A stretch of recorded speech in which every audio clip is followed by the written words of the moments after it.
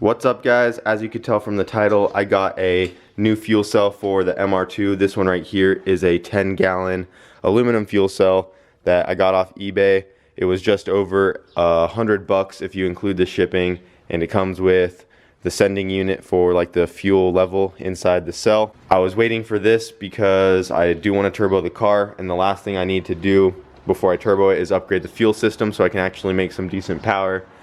And if I wanted to put a stock pump or a pump into the stock tank, I would have to drop the fuel tank out of this thing and upgrade the pump, put it all back together just to like make over maybe 250 to the wheels.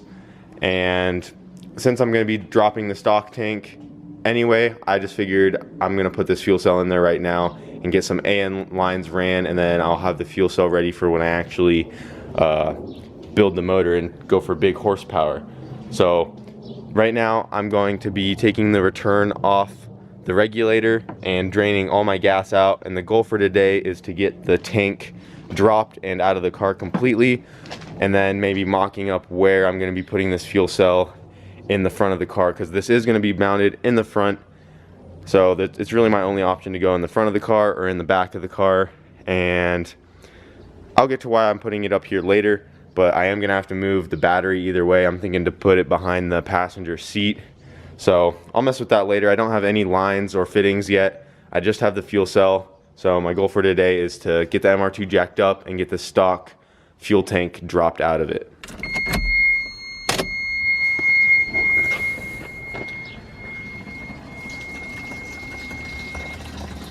So right now I just got the fuel pump running, and I took the return off, and I'm just gonna let it drain into this gas can right here. Unfortunately, I have almost a 3/4 tank full of gas, so this is gonna take some time to get all the gas out of there, and I'm just gonna put it into my van. So once I get all the gas drained out, then I can start pulling the tank out of this thing. And I really have no idea how to do it, so I'm just gonna hopefully figure it out. I might have to like take these screws out right here to get to the filler neck and stuff like that. I'll figure it out. I got the internet if I need it. So I just filled my van all the way up with gas, and it can't hold any more. So I went and got the other shitty minivan and backed it up, and now I just got a line going straight from the regulator right into the tank. And now I can just let it sit there and completely drain, but it's almost done. It's taken forever. That pump is so slow. We're almost there. Fuel pressure's bouncing around and dropping. That fuel pump is not happy. So I pretty much got all the fuel drained out of this thing. I went ahead and got one side jacked up, and I also took off these 2 plastic pieces that cover the fuel tank from the bottom. So now I can actually see the whole fuel tank, and it looks like there's quite a bit of stuff that needs to come off to get this fuel tank out. I'm not sure what it all is yet. This is probably like the e-brake assembly, like over here on this bracket or something like that. I'm sure it has something to do with it, or maybe it's this cable, but there is quite a bit that needs to move out of the way so I can drop this tank. These 2 tubes right here, these silver ones, are the coolant lines going to the radiator in the front. So quite a bit does need to come off. And then it's just 2 brackets, or 3 if you count this one right here, but there's no, actually 4 then. So there's this bracket, and then there's one right here to the actual tank that I can see, and then one back here as well. So quite a bit needs to come off to drop this guy out. And I did start on this pretty late, so hopefully I have enough daylight. I probably only have an hour of light left, so it might get dark by the time I get this thing pulled out, but I'd still like to get it out of there by today, so we'll see if we can do it. Alright, I just got the tank out, and I still have some daylight to spare. Really wasn't too bad. I'd say the hardest part was just getting the filler neck off this tube right here. And a lot of the lines I ended up just cutting because they were just rubber hoses anyway, and it would have taken me a lot longer to go through and disconnect all of them because they were in some pretty tight spaces. So, I mean, if I ever did need to use this again for some reason, I could always just get some new rubber lines. I didn't really break anything at all, but I'm definitely not putting this thing back in there. So, yeah, it looks kind of weird too. It just like runs down the center of the car. It's a weird looking fuel tank, but I'm glad that thing's out of there. All I had to do was just take some brackets out from under the car, loosen the coolant lines and AC lines just enough so they were out of the way, but didn't have to disconnect anything, and had to pull the little ashtray out and unplug 2 plugs in there for like the fuel pump and the fuel level unit. That I did have to look up online. Everything else was pretty straightforward. So got the tank out of there, and now I can start mocking up where the fuel cell needs to go and hopefully get this thing installed in the next few days so I can actually drive this car again, because it's not going to be moving for a bit. Just got the battery pulled out, and I also pulled out this like metal hoop thing that would have went around the spare, I believe. This was in the front of the car, and also this plastic piece, and then the spare would be sitting right here in the front as well. So I got these out of there, and I'm just resting the fuel cell in the front to see how it fits. Seems like it should fit pretty good in the front. I am gonna have to cut a little nub off because right now it's sitting unevenly in here. Hold on, let me grab this. So there's this thing sticking out right here, and I believe that's for the spare. That's what holds it down when you have the spare in here. So it just has 4 spot welds on each corner. I guess some Subaru just went by.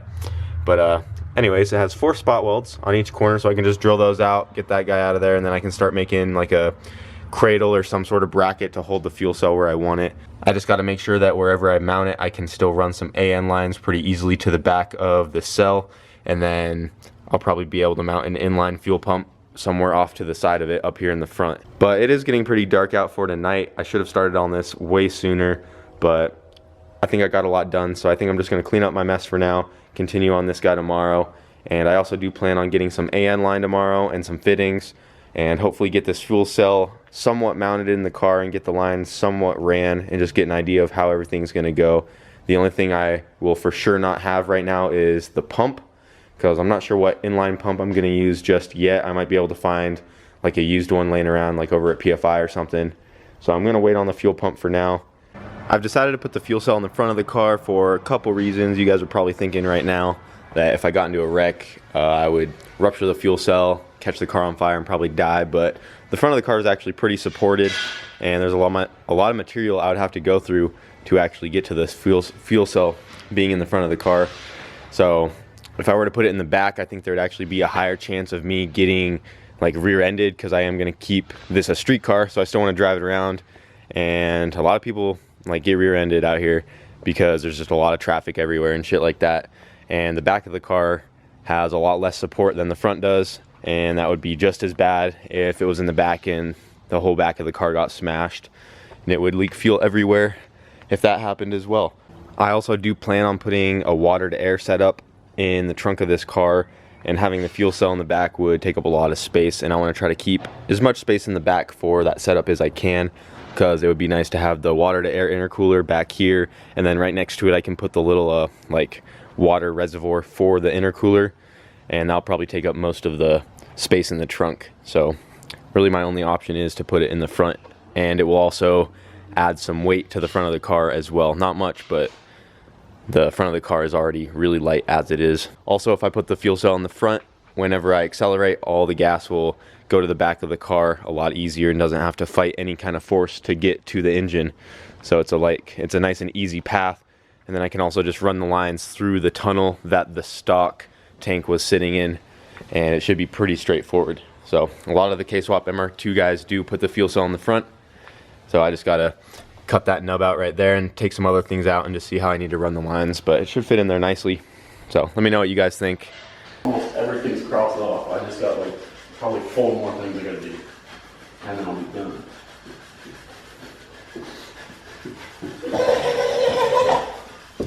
What need?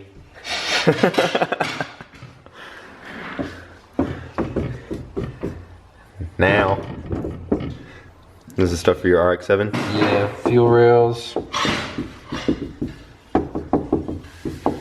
injectors, I have, tranny mount. Not just sensors. Coolant temp sensor, hand position, crank position. Radiator. Tissues. To wipe Kyle's tears when I cap an 8th mile. For Kyle. Kai. Fuck, Ricky. Can't even spell my name, it's only 4 letters. Dumbass.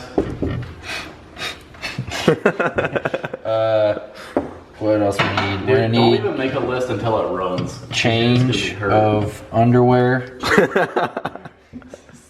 for Wyatt. Oh, he's so fucking dumb. I drive V8s all day long. 2 T's. We needed 2 months ago. Fuck you, dumbass. Charlie needs new flip-flops. He already got new flip-flops. Needs some new ones again. His are worn out. He does daily them. Lucy needs bed for garage. True.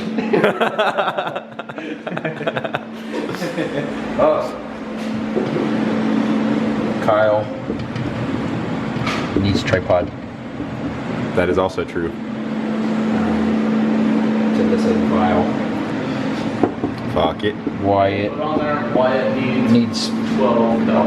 own fucking welder. Put on there, Wyatt needs 12 cup.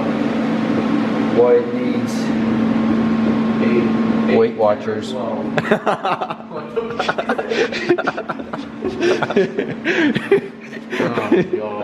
God. Hayden Should I just hurt all the feels and just... needs diet. Hey, At least you're honest. Let me see. Let me put on. Let me put on. And subs. We fucking ran out of room, Ricky. Damn it, Ricky. They took up my whole whiteboard with fucking what we need. And life. It's a life. That's probably true because Ain't got one. probably because I hang out with you dumb fucks all day. But they ruining my fucking IQ. True. At least we can roll. But anyways, that's as far as I'm gonna get tonight. So hopefully I can get this fuel cell installed in the next few days, get this thing up and running. But realistically, I might not have it running for a bit just because I still don't know what fittings I will need until I get everything mounted up and get the lines ran. And I still will also need to find a inline fuel pump as well. And once we get the fuel cell installed, we'll jump right into turboing this MR2 and go from there. So it's gonna be it for tonight, guys. Thanks for watching.